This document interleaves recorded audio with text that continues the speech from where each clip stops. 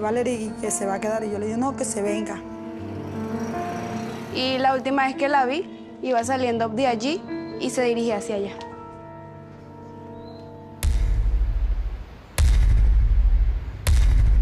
Estoy interceptada por dos personas que la tumbaron de la motocicleta y la introdujeron hacia un matorral. Se deduce que eso fue en este sitio. Yo no reaccionaba por su sangre que tenía, la identificaba. Nunca había pasado algo similar en el municipio. Yo la agarraba y la tocaba y ella lloraba aún más y yo trataba de no hacer que sufriera más del dolor que estaba sintiendo. La niña me dice a mí, mami, fueron dos que abusaron de mí. Ella se hizo creerles a ellos que estaba muerta. ¿Tú sabes con quién te agredió? ¿Quién te hizo eso? Me dice, sí, yo sé.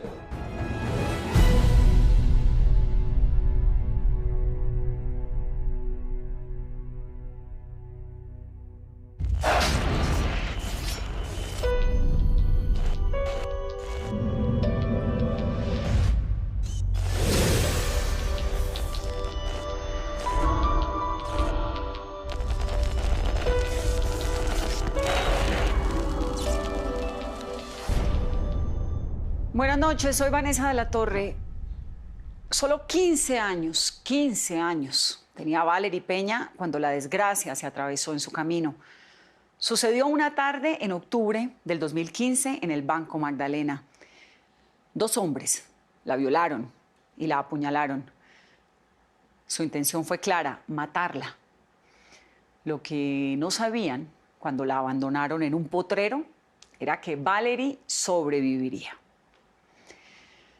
Su testimonio se convirtió en la principal herramienta de las autoridades para encontrar a los responsables y llevarlos a la justicia. En la investigación de Lucía Benavente, ustedes verán que nada ayudó más a las autoridades que escuchar a Valerie decir, sé quién fue. Así comienza el rastro.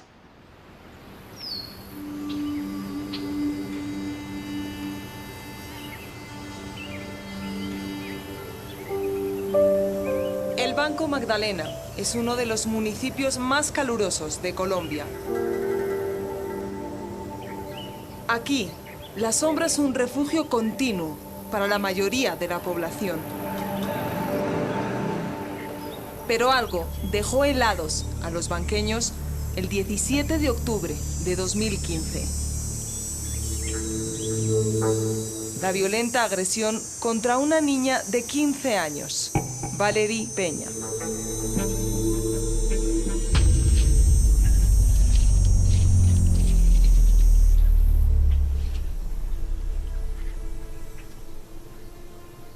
Mi hija era alta, delgada, era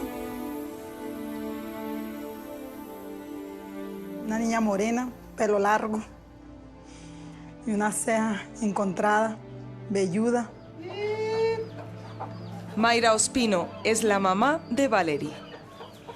Valerie era una niña muy alegre, era una niña que tenía muchos sueños, que quería estudiar la universidad. Siempre cuando alguna discusión que yo tuviera con el papá me decía, mami, yo mando a hacer una casa de 2 pisos, tú, papi, sube arriba en el segundo piso y tú te quedas en el primer piso. Ella era una niña que tenía muchos sueños. Su tía, Catalina Peña, la recuerda con cariño. Valerie era una niña muy introvertida, una niña muy sencilla, una niña familiar, muy amorosa. Valerie vivía en Belén, un corregimiento ubicado a 30 minutos del banco. Diariamente, ella se trasladaba por esta carretera para llegar a su colegio en el banco. Allí conoció a su mejor amiga, María José Rojas. Decía las cosas de frente, o sea, nada la paraba. Si ella tenía que decirlo, lo decía, no le importaba nada.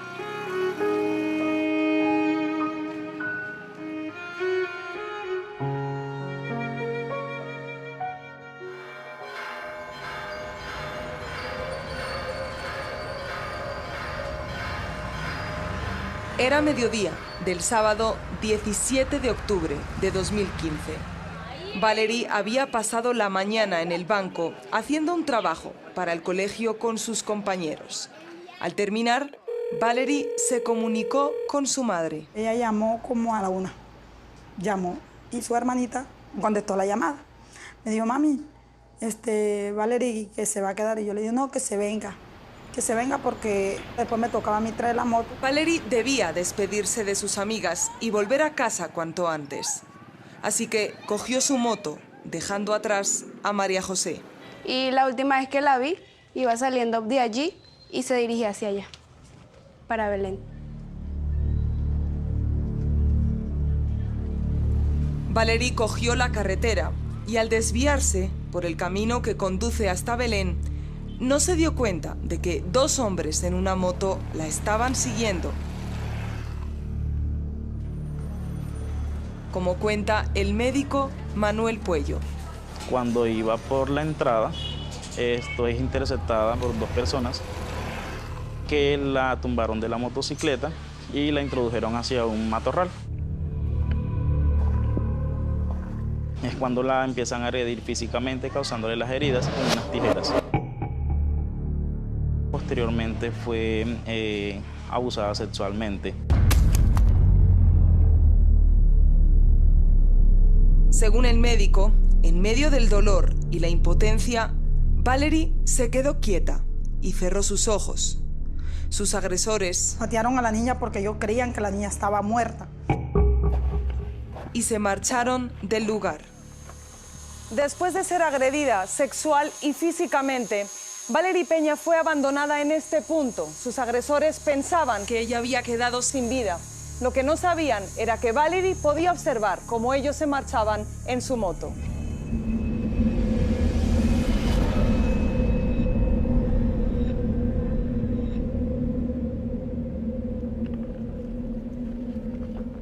Una vez se fueron, Valerie se levantó y salió hasta la carretera.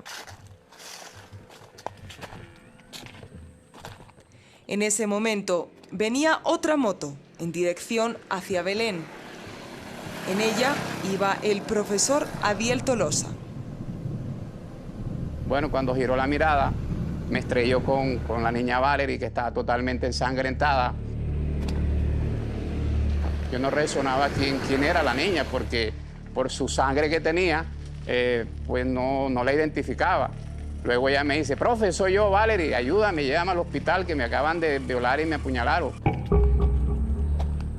Se me subió a la moto y salimos. Me hace un suspiro muy profundo. Yo presumo que le ha dado un infarto por la cantidad de puñaladas que tiene. Y entonces dijo, bueno, se me fue. Y le digo, Valerie. Luego ella me aprieta pues con su mano derecha mi rodilla y me da ánimo, pues está viva. Al llegar al banco, el profesor Tolosa ingresó a la menor al servicio de urgencias del Centro Previsalud. Allí, el doctor Puello la atendió. La menor estaba grave, pero consciente. Recibo el llamado del auxiliar de turno, quien me dice que llegó una paciente presuntamente agredida sexualmente. Me dirijo a la sala de pequeñas cirugías y encuentro a una joven que estaba con signos evidentes de maltrato físico. Al descubrirle el cuello me doy cuenta que tiene varias heridas. O sea, había aire que salía a través de su tráquea. ¿Ya tenía alguna dificultad para poder hablar? Ella en ningún momento tuvo ningún tipo de alteraciones para explicarnos lo sucedido. 61 Alfa 4 no se le encuentra su comunicado. Me hace el llamado a la patrulla del cuadrante de que llega un caso de abuso sexual a la clínica Previsalud.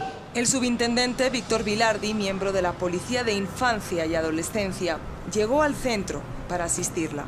Yo hoy entro, hablo con ella, le digo, Valerie, ¿tú sabes con quién te agredió? ¿Quién te hizo eso? Me dice, sí, yo sé. La policía pide colaboración a la amiga de Valerie, María José, para que le ayude a identificar a su agresor. Al entrar a la sala y ver a su amiga, Yo obviamente no sabía qué decirle. Yo lo único que le dije fue, vamos a ver quién es. Y yo la agarraba y la tocaba y ella lloraba aún más. Y yo trataba de como que de no hacer que sufriera más del dolor que estaba sintiendo. Cuando de repente Valerie dijo un nombre. Esto me lo hizo un tal Jerry. No solamente María José, también Mayra y el profe Tolosa escucharon ese alias. Yo le pregunto, Valerie, ¿tú sabes quién te hizo esto, mi amor? Me dice, sí, Jerry Day. Además, Valerie también le dijo al subintendente Vilardi y al médico Puello el alias del Jerry. Incluso logró describirlo ante el doctor. Me dice que es una persona de estatura promedio, que es de una persona morena, nariz un poquito fileña, cejas delgadas, ojos achinados. Pero reconoces a alguien y me dijo, es que es alguien que vivió cerca donde viví yo, en una pensión.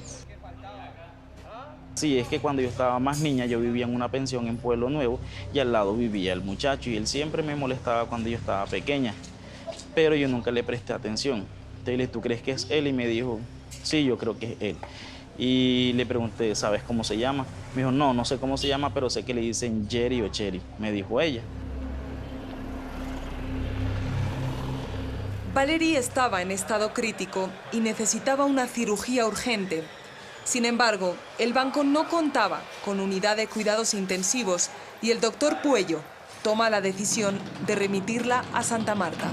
Una vez en la ambulancia, el doctor Puello se despidió de ella. Le dije, Valerie, necesito que vuelvas al banco.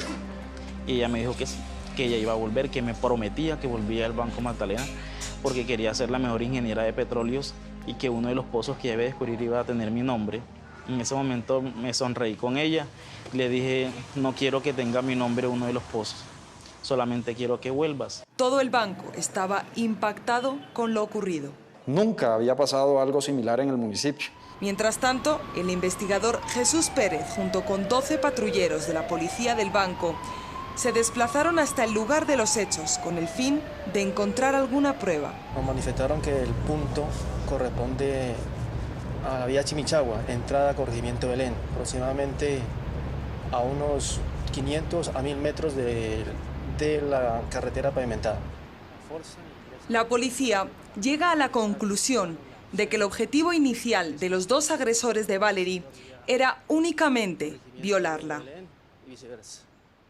Posiblemente, después de que se la accedieron carnalmente, y al momento de que la víctima reconoce a Jerry, optan por asesinarla para evitar que se adelante la investigación contra las dos personas. Es decir, que ellos en el momento toman la decisión de matarla para evitar que los delate. Se deduce que eso fue en este sitio. Se presta para que la persona, el agresor y la víctima, ocultar a la víctima aquí para evitar que otros ciudadanos lo observen. Un pequeño camino que permitía esconder la moto de Valerie y que al fondo estaba oculto por la vegetación. Este tipo de tijeras, al igual en el sector del otro lado de la carretera, también fueron 200 metros que se hizo la inspección. No fue posible la ubicación de elementos material probatorio. Los agresores no dejaron rastro, pero la policía tenía algo más valioso, el testimonio en vida de Valerie. El mismo día del asalto, la policía se acercó hasta el barrio Pueblo Nuevo en el Banco, el mismo en el que Valerie recordaba haber visto al Jerry. Allí, un grupo de vecinos dio a la policía el nombre completo de quien respondía a este alias: José Fernando López Viloria. Este hombre, que para la policía coincidía con las características físicas descritas por la menor. Se solicitó a la Fiscalía General de la Nación la orden de captura. Mientras tanto, Valerie tenía por delante 6 horas de trayecto hasta llegar a la Clínica La Milagrosa en Santa Marta.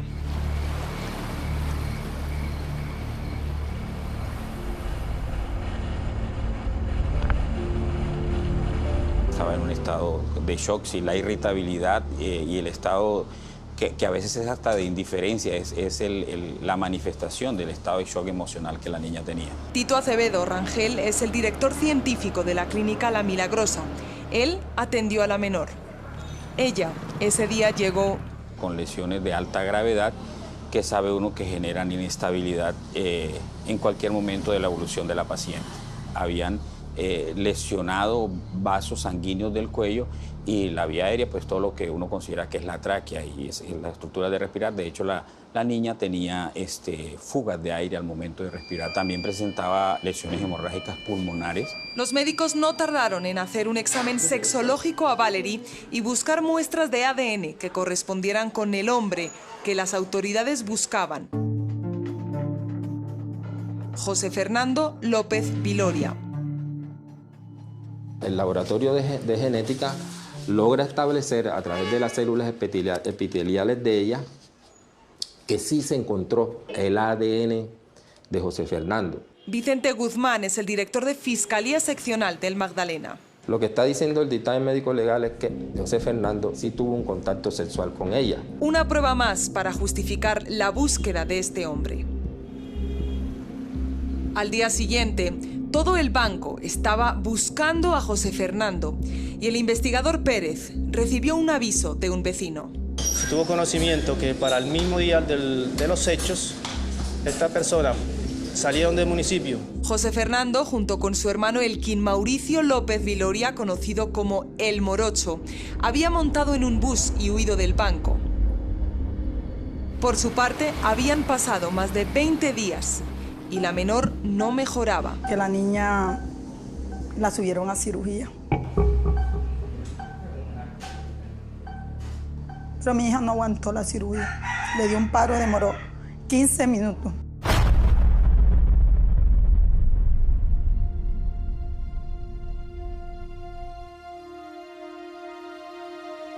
La niña pues necesitaba una recuperación, una rehabilitación neurológica y se remitió a un lugar en Barranquilla donde se pudieran hacer ese manejo de esas complicaciones. En el banco, sus amigos y familiares vivían con la incertidumbre y la esperanza de que Valerie regresara. Pero el 12 de noviembre de 2015...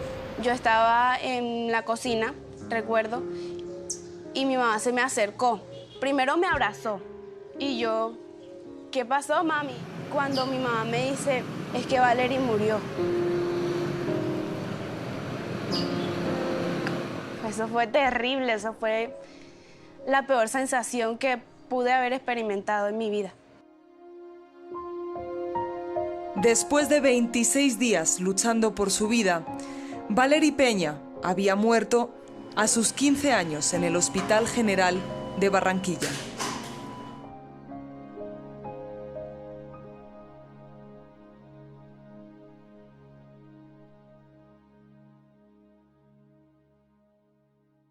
Las autoridades tenían un nombre, José Fernando López, alias El Yeri. Ahora tenían la misión de encontrarlo. Sin embargo, dar con su paradero no parece tan fácil. ¿Lo lograrán? Ya regresamos con esta historia de Lucía Benavente. Sé quién fue.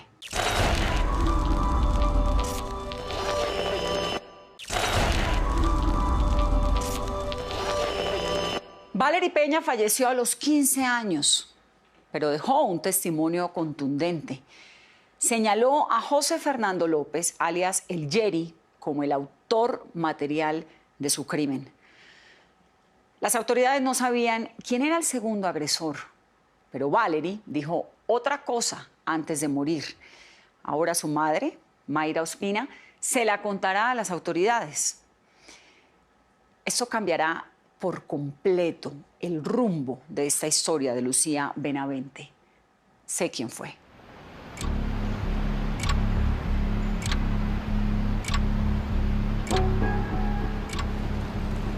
José Fernando López Viloria, El Yeri, era el principal sospechoso del asesinato de Valerie Peña.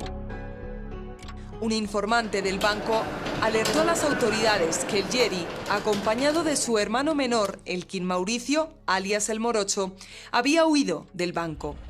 ¿Hacia dónde se dirigían? Ellos viajaban a la ciudad de Bogotá. Hilda Viloria es la madre del Yeri del Morocho. Ella compró los pasajes de bus en el que los hermanos huyeron del banco en la tarde del sábado 17 de octubre. Hilda asegura que desconocía lo que había pasado con Valery y creía que el motivo del viaje era alejar a su hijo menor de su pareja. Elkin Mauricio, mi hijo el menor, él convivía con una señora que era mayor que él. No me gustaba porque para mí no era una buena influencia para mi hijo.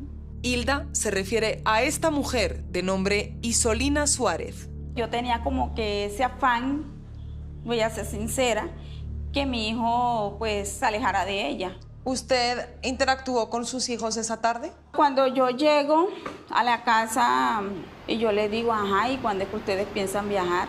Entonces ahí fue donde yo llamo al muchacho, eran como las 6 de la tarde, me dan por y me compra unos pasajes así. ¿Compró los pasajes después de que hubiera sucedido lo que pasó con Valery?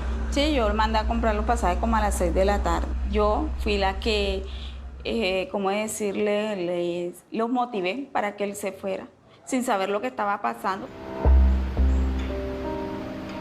El domingo 18 de octubre, la policía sabía que José Fernando se encontraba en Bogotá. Muchas personas, inicialmente de Unidad Básica de Investigación Criminal del Banco, se desplazó hasta la ciudad de Bogotá. Durante 2 semanas buscaron al Yeri por toda la ciudad, pero fueron negativas las búsquedas, no se logró la localización de esta persona.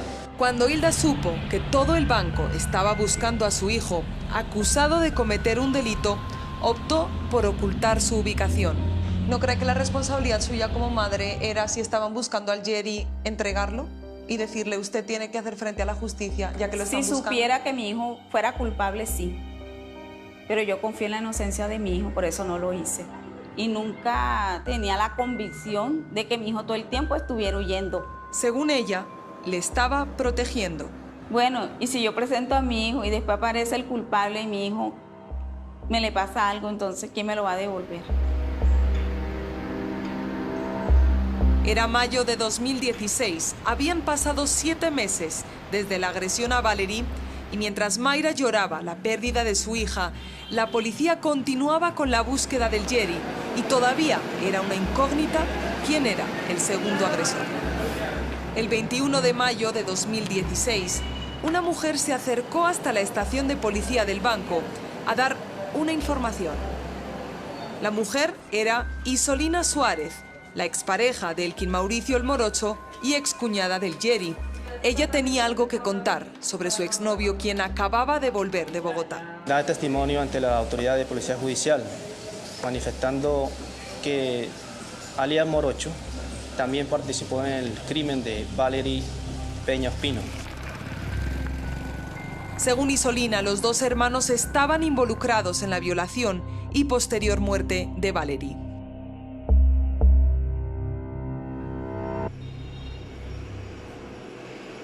Ellos le comentaron que se iban a salir a patrullar, que patrullar significaba salir a hurtar, a robar. Y entonces ellos salen juntos y después él le confiesa los hechos. Según el testimonio de Isolina, el día de los hechos, los 2 hermanos se presentaron en su residencia, donde se quitaron la ropa y la lavaron para no dejar rastro. Pero el testimonio de Isolina era delator para la policía. Se adelantó las respectivas investigaciones, recolección de elementos material probatorio, entrevista a testigos y posteriormente la identificación de esta persona. Y el 21 de mayo de 2016, Elkin Mauricio López Viloria, alias El Morocho, era capturado por la policía. Este joven fue capturado en el municipio del Banco, frente a la residencia ubicada en el barrio Santa Rosa. El Morocho mantuvo su inocencia y negó haber asesinado a Valery.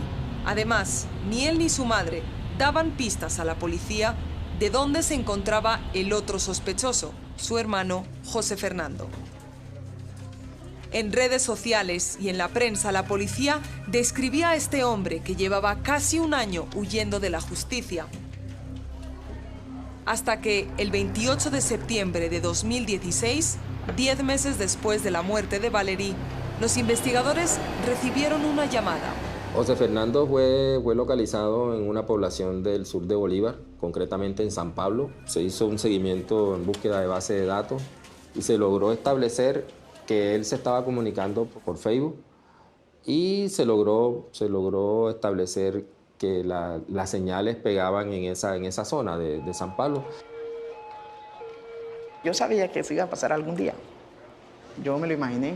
José Fernando tenía 22 años y estaba haciendo labores en una finca. Hola, sí, cuando llegó allá a la finca, llegaron 3. Aunque no puso resistencia, aseguraba que él era inocente. Igual que el hermano, manifestaban no ser autores del crimen. Pero si era inocente, ¿por qué no se entregaba a la policía? Me daba como el temor de estar en una cárcel. Además, pues estaba recibiendo amenazas constantemente. Por eso demoré también escondido, porque en mis redes sociales todavía es la hora de encuentro donde me decían que no me entregara, que me iban a matar. El Jerry fue trasladado por las autoridades hasta el banco. Al llegar al puerto, el Jerry se mostraba avergonzado ante sus vecinos. Ahora sí te da pena. ¿Ah? Ahora sí te da pena. ¿Ah? Pero cuando le estaba dando, matando a la pelada y sí. Allí, los banqueños lo recibieron con insultos, pero él decía ser inocente. Elkin Mauricio y José Fernando, los hermanos López Viloria, estaban en manos de la justicia. A pesar de que ellos aseguraban ser inocentes, la Fiscalía tenía pruebas que mostraban lo contrario. ¿Qué teníamos? Teníamos un dictamen, un informe sexológico, un protocolo de necropsia y también tuvimos posteriormente una prueba muy importante que fue la prueba que nos dio el laboratorio de genética. Además de la prueba más contundente. La declaración de la niña, porque ella sobrevive al hecho. La Fiscalía acusaba a Elkin Mauricio, el morocho, de feminicidio agravado y acceso carnal violento contra una menor de edad. El 8 de febrero de 2017, la justicia falló en su contra y Elkin Mauricio fue declarado culpable por un juez. Sin embargo, ese fatídico 17 de octubre de 2015, al morocho le faltaban 9 días para cumplir los 18 años, es decir, era menor de edad. Por eso... La condena de Elkin Mauricio por responsabilidad penal para adolescentes de 8 años está recluido en un establecimiento especial para adolescentes en la ciudad de Medellín. Elkin Mauricio se encuentra aquí, exactamente, en el Centro de Rehabilitación La Pola de Medellín. Después de su condena, Elkin Mauricio aceptó su responsabilidad y reconoció que había violado y acuchillado a Valery Peña. Pero su hermano El Jerry mantiene su inocencia. No estuve en los hechos. Estoy el 100% seguro que no estuve ahí. Entonces, ¿por qué Valery le reconoció a usted? Digo que eso es mentira. Ella nunca dijo mi nombre. Ella lo que dio fue el apodo. Según El Jerry, Valery confundió a los hermanos y creía que Elkin Mauricio era El Jerry. O sea, dijo que no sabía exactamente si era Jerry, si era yo o era él. O sea, que usted dice que una joven que fue violada por un hombre no pudo identificar a ese hombre a plena luz del día y lo confunde con su hermano, a quien no se parece tanto. La verdad, pues cada quien puede pensar lo que quiere. El pasado 27 de octubre, la justicia halló culpable a José Fernando y lo condenó por acceso carnal violento y feminicidio agravado. José Fernando López Viloria, conocido como El Jerry, se encuentra recluido en esta cárcel, la cárcel Rodrigo Bastidas en Santa Marta. Su condena es de 55 años y 10 meses de cárcel. Un fallo que la defensa apeló.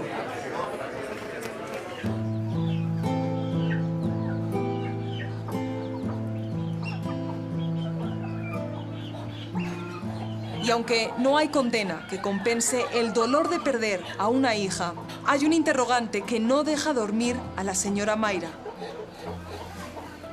¿Por qué? ¿Por qué los hermanos López Viloria violaron y asesinaron a su hija?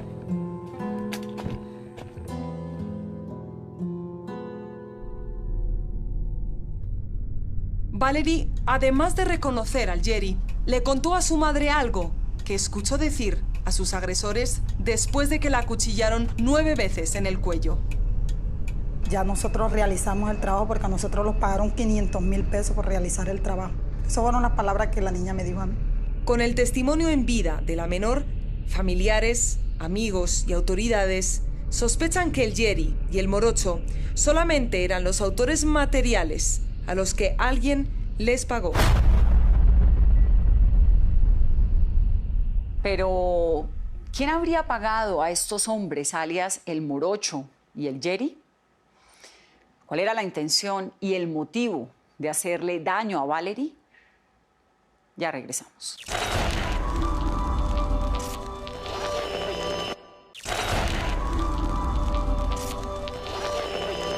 Valerie Peña fue una joven de 15 años que falleció después de ser violada y apuñalada por 2 jóvenes que fueron capturados.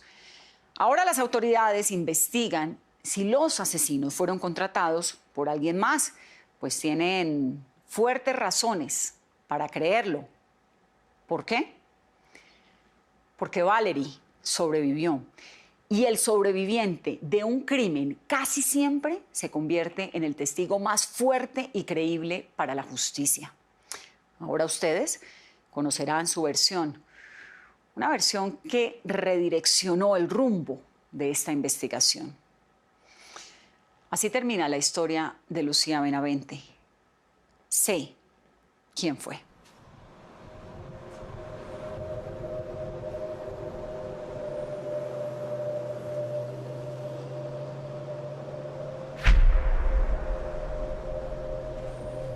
Cuando Valerie Peña era trasladada hacia Santa Marta, su madre, quien la acompañaba en la ambulancia, asegura que escuchó a su hija decir que alguien había pagado a sus agresores para atacarla.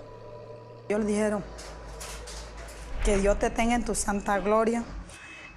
Ya nosotros realizamos el trabajo porque a nosotros nos pagaron 500.000 pesos por realizar el trabajo. Esas fueron las palabras que la niña me dijo a mí. Mayra sospecha que la muerte de su hija está relacionada con un incidente menor que se dio en el colegio José Benito Barros, en El Banco, la institución a la que iba Valerie. La historia, según Mayra, comenzó en septiembre de 2015, un mes antes de la agresión.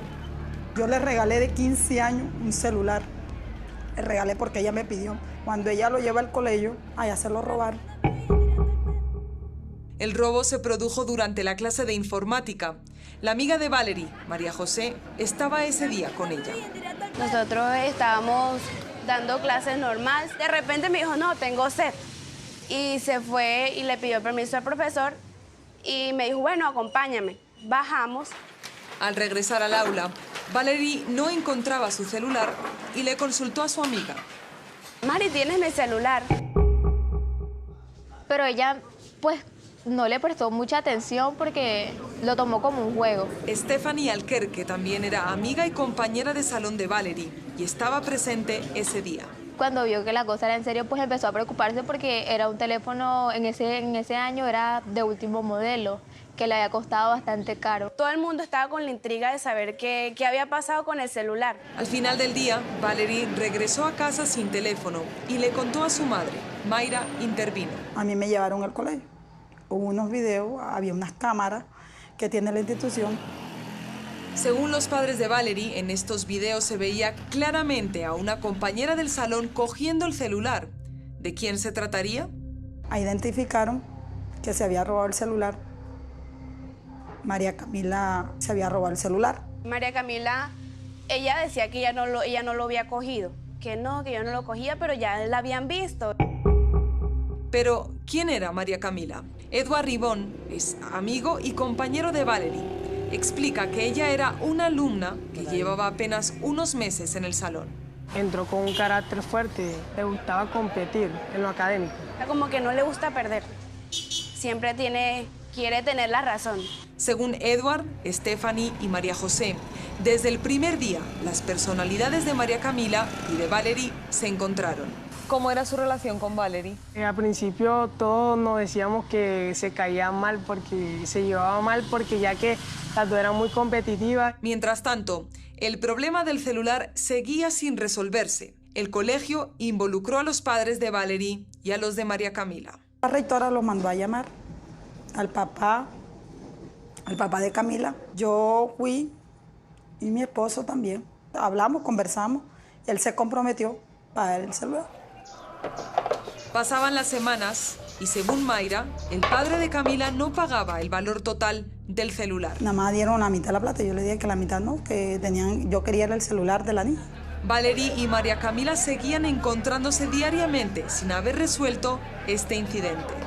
¿La relación que hubo entre ellas después de que sucedió lo del celular fue un poquito más tensa? A mí me parece que sí fue un poquito más como que María Camila se vio también presionada por todos los del salón, porque no, que ya se cogió el celular, que esto, que lo otro, y todo el colegio se había enterado. Supongo que eso como que le habrá dado rabia y entonces ya la actitud como que era un poquito más como que hacia Valerie un poquito más alejadita. En el salón de clase pues chocaba mucho porque tenían dos pensamientos muy distintos. Mayra asegura que el viernes 16 de octubre de 2015, Valerie, quien todavía esperaba que Camila le respondiera por su teléfono, le hizo un comentario. Le dijo: Camila, dile a tu papá que no me vaya a comprar el celular blanco, sino dorado. El 17 le hacen lo que le hicieron a mí. Para la familia de Valerie, la agresión y posterior muerte de la menor a manos del Yeri y del morocho tiene que ver con el robo del celular. Nosotros decimos que por el celular, decimos nosotros, no sabemos qué más tras de eso puede haber. Mientras tanto, la Fiscalía Seccional del Magdalena asegura que el acto de los hermanos López Viloria fue premeditado. Lo que se desprende de la investigación es que ellos ya habían preparado esa situación. Y sería organizado por un tercero. Lo que nosotros estamos investigando también es que hay un determinador de esos hechos. ¿Puede haber una tercera persona? Por supuesto. Un autor intelectual que, según Guzmán, probablemente se contactó con José Fernando. Cuando le preguntamos a José Fernando el Yeri si existe una tercera persona involucrada en el hecho, él de repente nombra a alguien. Dicen que Camila tiene algo que ver ahí. Camila es una muchacha que vivió en el barrio. Con Camila, sí, tratábamos. Traté con Camila en el tiempo que demoré yo ahí en el barrio. Pero en el momento que yo me fui del barrio, pues tampoco logré saber más nada de ella. ¿María Camila le ofreció dinero para hacerle algo a Valerie? No. Si lo hubiera hecho, hasta estas circunstancias, téngalo por seguro que ya habría dicho quién había sido. Porque de igual manera, si voy a pagar yo, tiene que pagar esa persona. A pesar de que el equipo del rastro se puso en contacto con la familia de María Camila en numerosas ocasiones, siempre rechazó dar declaraciones. La Fiscalía tiene ahora la labor de dar respuesta al mayor interrogante. ¿Por qué la mataron? La esperanza de la familia de Valerie es que los hermanos López Viloria colaboren con la justicia. Esa es la pregunta que yo me hago siempre. Quiero saber quién fueron los que pagaron los 500,000 pesos. Sé que allá arriba de pronto está gozando de un mejor momento, que de allá pues está cuidándonos a nosotros también. Sus amigos ya han salido del colegio, pero todavía se reúnen y recuerdan las bromas que Valerie hacía a diario en el salón de clase.